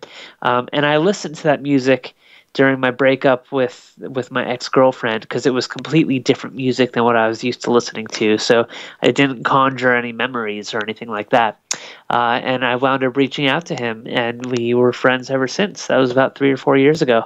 And now we work together on Truth Funders. So it's... Oh, that's great. Yeah, he seems like a really good guy, and I'm so glad you guys are at IRN. You have no idea. Oh, they're so incredible. Yeah, and I'm sure the fans listening right now know how incredible IRN is. It's such a different network. They have just killer shows. Your show is just fabulous. I mean, it was what drew me to the network in the very first place. I searched Paranormal Radio and it came up, and I listened to your show and I was like, this is wacky. This is awesome. And then I got to say, that's a huge compliment that I'm all wacky. I love it. Thanks, Mark. Well, it was a breath of fresh air because there's so much stuff that you hear online that's the same with the same guests and the same people. And so it was really nice to hear some new people and your take on it. It was kind of like, I feel like you're no holds bars. You're a lot of hosts are afraid to get into the whole like, I've seen things, and they try to remain subjective, which is great. I think that's really good to do. But I feel like you just jump in, and that was just really it's very unique. There's nothing else like it. Well, thank you. I really appreciate that. One of the most important things for me is that I tell my truth to people, because I want people to come on my show that nobody knows about, and I want them to understand that they're going to be appreciated here, and that their truth means a lot to me. Because that's what I'm doing. I'm telling people my truth as well. Now, you can tell your people your truth, and then you can be all like a crazy cat lady around it, and then nobody wants to hear you again. But if you tell your truth and in the same breath you say, like I say, it could or could not be true. It could be something in my own head. Hey, maybe my therapist can figure out what's wrong with me. But, the bottom line is we don't know. And I'm brave enough also in the same breath to not get on a bandwagon that says, what I'm saying is the absolute truth and you have to believe me. What I say is, hey, just take it for what it is, because everybody has a different perception of my experience, even more so than I do. So, and if it's real, it's real. If it's not, it's not. It doesn't matter. We're all living the same unique Earth experience here. So, absolutely. Yeah. As long as we're having fun, I think that's what matters. At this point in the game, fun listening to your show. Well, that's good. Thank you so much. Well, so who was your guest tonight on Truth Funders? Tonight we had Jose Escamilla. Oh, I love Jose. How's he doing, by the way? He's good. We didn't get into any of the medical stuff, but that's fine. But he's okay, and he's back at home, and everything's good, right? Yeah, he's just really passionate. He's been working on rods for over 20 years. 20 years, and that story broke. We were talking about it on the show today. His story broke on Art Bell, in 1994. Yeah. And, I was listening. It was life-changing for him. And seeing this stuff, all he's trying to do is show the world that it's out there, and that he has, truly, some of the rod footage, I've seen so much of it now.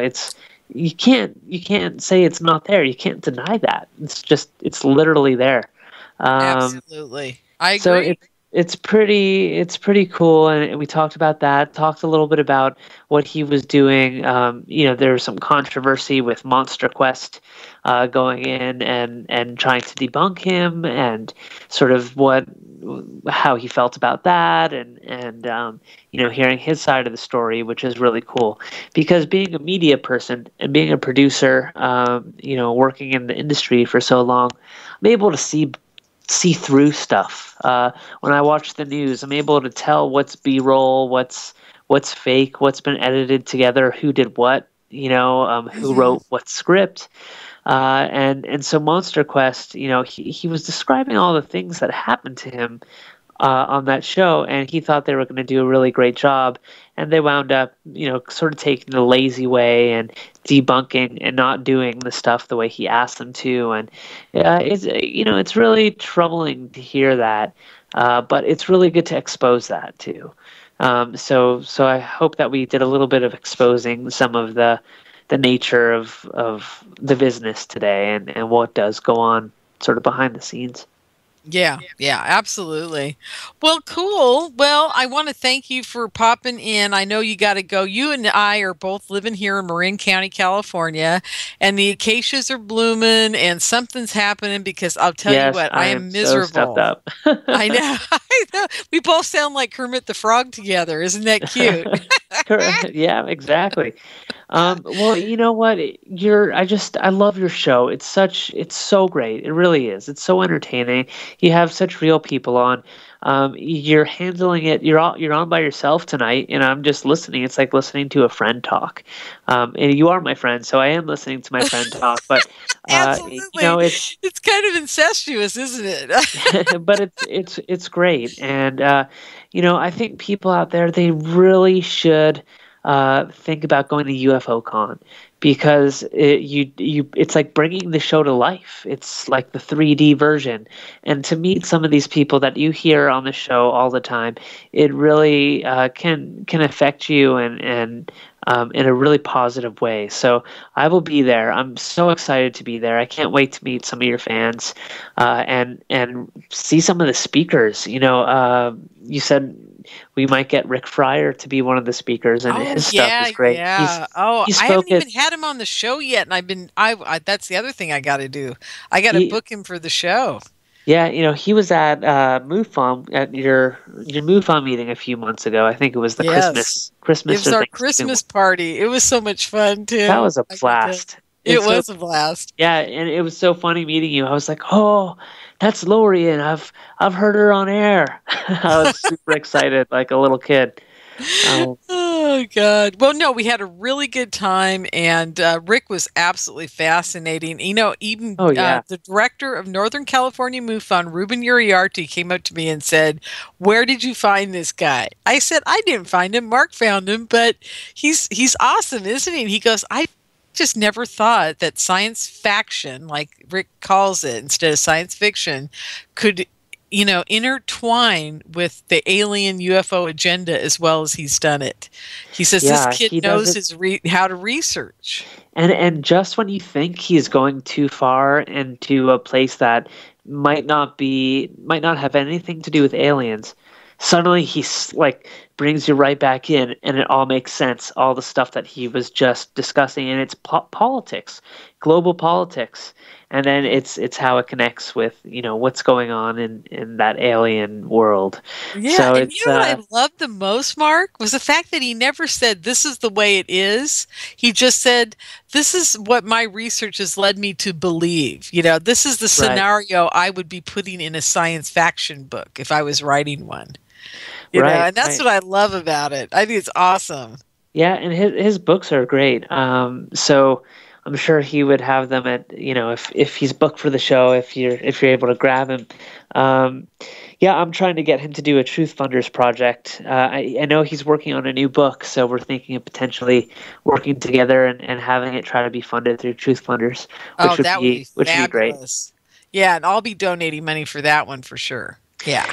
Yeah, and anybody listening, if you are on the other side of the country, and if you're unable to make it to the California UFO Con, I really, really recommend going to Truth Funders. There is the UFO Con there, and there's ways to contribute and help out, and at the same time get something for what you're doing, which is you'll be able to get the videos and access to all the videos of the different speakers if you're unable to make it. Absolutely, yes. Which is a super cheap way to go without a plane flight.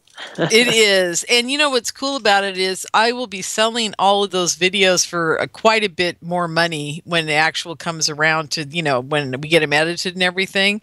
Anybody who donates at Truth Funders is going to get them at a huge discount. So it'll just be like being there and paying your ticket and you'll get in. If you wait and then you don't get a ticket or don't go to Truth Funders and you say, oh, I'll just watch the videos later, it'll cost you like $200 or $300 to get all the videos. Whereas if you just donate the 80 or 100 or whatever it is, you get just like a ticket to the event and then you get the whole event as well. So, it's pretty cool. It's kind of like buying a virtual ticket for the same price. Yeah, and I believe there's, you get to meet the guests, and there's dinners and autographs and all sorts of stuff like that there, too. Yeah, absolutely. So really cool, and I wish you the best of luck. I can't wait to be there. I will totally be there, be in attendance. We got to talk this weekend, okay? So don't forget, all right? Sounds great. Hey, thank you so much for having me on, Lorien. Great to hear from you. Thanks, Mark, and I'm so glad you're part of IRN now, and I hope everybody's enjoying your show, and I'm sure they are. Me too, and if they're not, they could let us know. And if they are, they can let us know. They are. I know they are. They've got to be. So anyhow, have a great night. It was a blast. Thank you. I don't want to take up your show. I love you, Lorien. Love you too, sweetie. Take care. Talk to you later. Bye. Okay, bye-bye.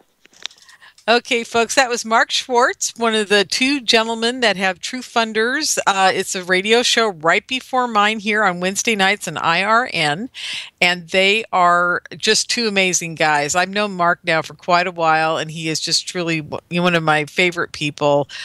He started Truth Funders because he wanted everybody to have a way to donate money to people who have projects like UFO Con or Jose Escamilla's Rod's movie, or Jonathan Nolan's Mysteries of the South Pacific documentary that he wants to do. And that's how I met Jonathan, was through Mark. And now Jonathan is coming all the way from Australia to talk about the underwater base.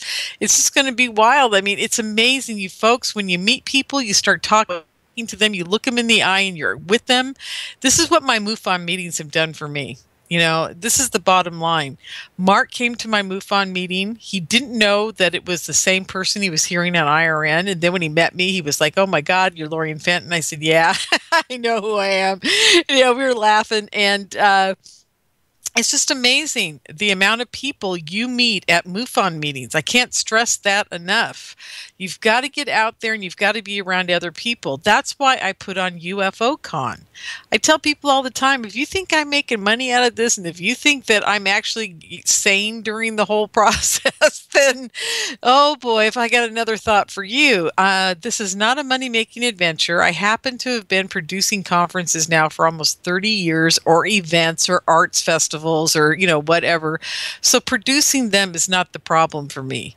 Getting people to come to these kind of events is, because I'm not International UFO Congress. I'm not the big guy on the block. I'm not any of those people. But what I am is I'm putting on an event where you're in a room full of 150 people, 200 people that all talk your same language, folks. They understand what you're talking about. It's like going to my MUFON meetings. We have a core group of 40 to 50 people.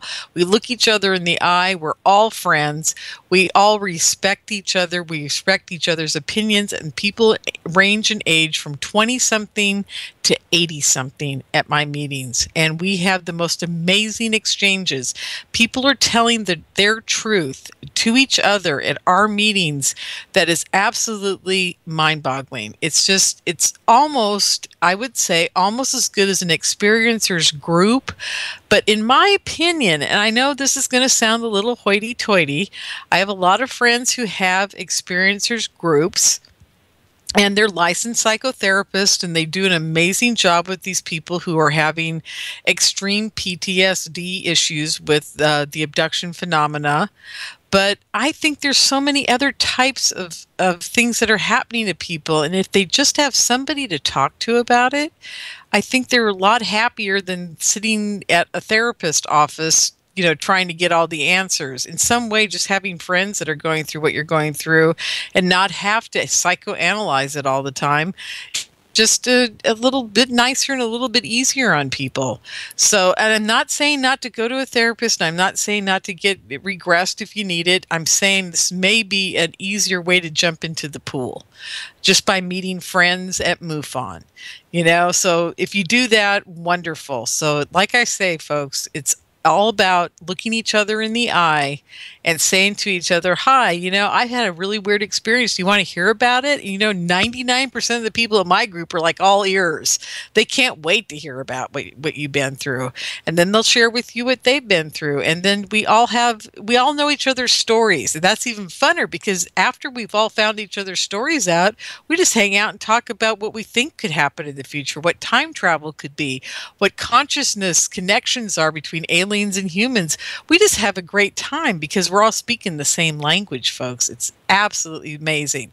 Now, that's what UFO Con is about. UFO Con is a giant meeting where we can all get together and we can talk about whatever it is under the sun. We could talk about the fact that Douglas Dietrich, who's going to be presenting on the Battle of Los Angeles, he doesn't believe it's a UFO.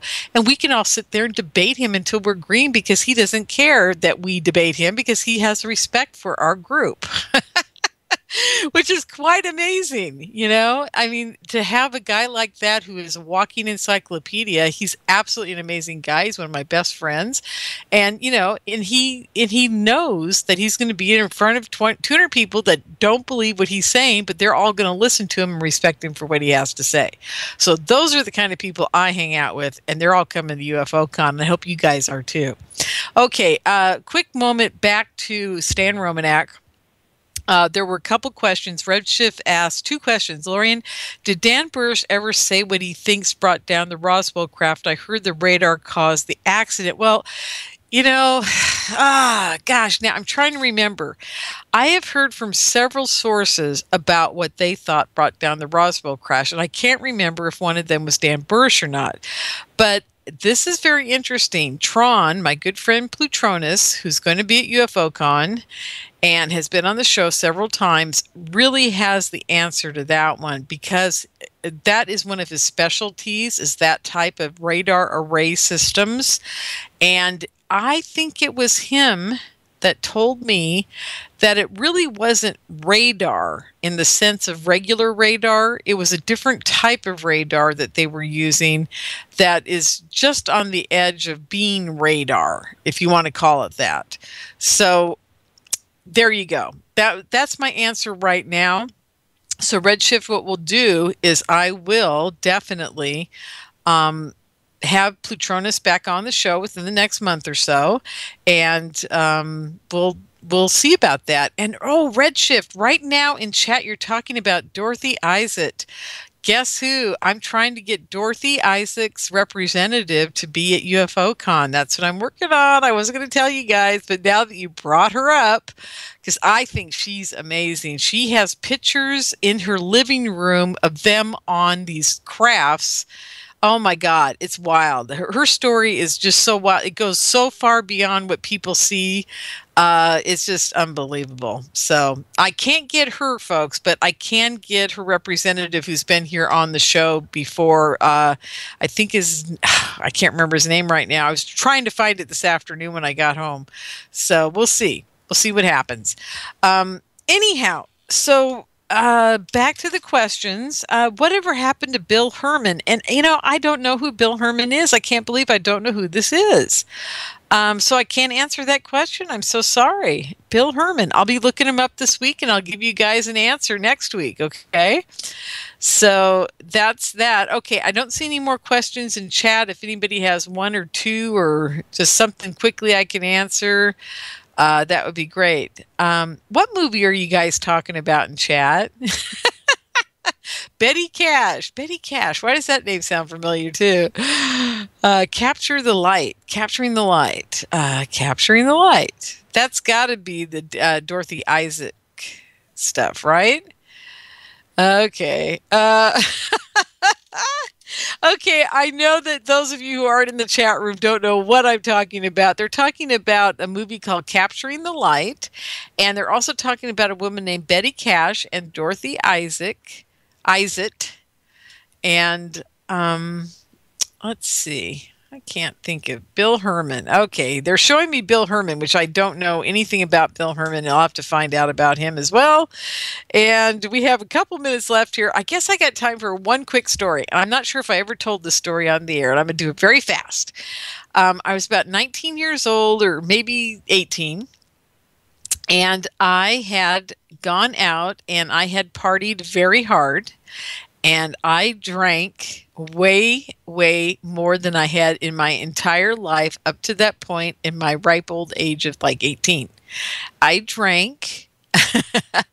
I was with some college buddy friends that were older than me, and all I can tell you folks is I didn't know about alcohol poisoning back then, but I'm pretty sure that's what happened to me, because it was the first time I ever drank vodka, and oh my God, I don't know, but all I know is I ended up in bed at home, sick as a dog, and I fell asleep, and the next thing I know is I'm pushing my hands down onto the bed and going up in a yoga position. I can't remember what it's called. I think it's the cat or something, where your head is up and your body's just kind of a slight S curve. So I'm pushing my hands down in front of me, and I'm pushing myself up, and I'm looking at the back of my head. I see my hair, I see the back of my head, and I'm going out of my body. And as I start to go out of my body, I look to the right,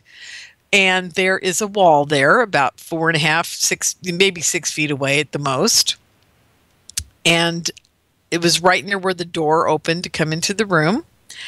And I had a big old radio, one of those old 1940s wood cabinet radios. Oh, the bass sound on that was lovely. It was amazing. Anyhow, I look at this cabinet, and suddenly it all disappears into a bright light, and a portal is opening up in the wall, and a woman is coming down this long white hallway tunnel towards me in a beautiful flowing kind of masters, not masters of the universe, but ascended master type of garb. And I look at her, and she's beautiful, folks. I'm like, I'm amazed. I don't know if she was beautiful or it's a feeling you get, but I was amazed. And I realized it was me. And that was even weirder. So you know what? I'm going to leave it as a cliffhanger there, and I will see you guys all next week, and I will finish the story about the lady coming through the wall. And I want to thank you all for putting up with me tonight without a guest. It was lots of fun. So hang in there, everyone. We'll see you next week. Have a good night.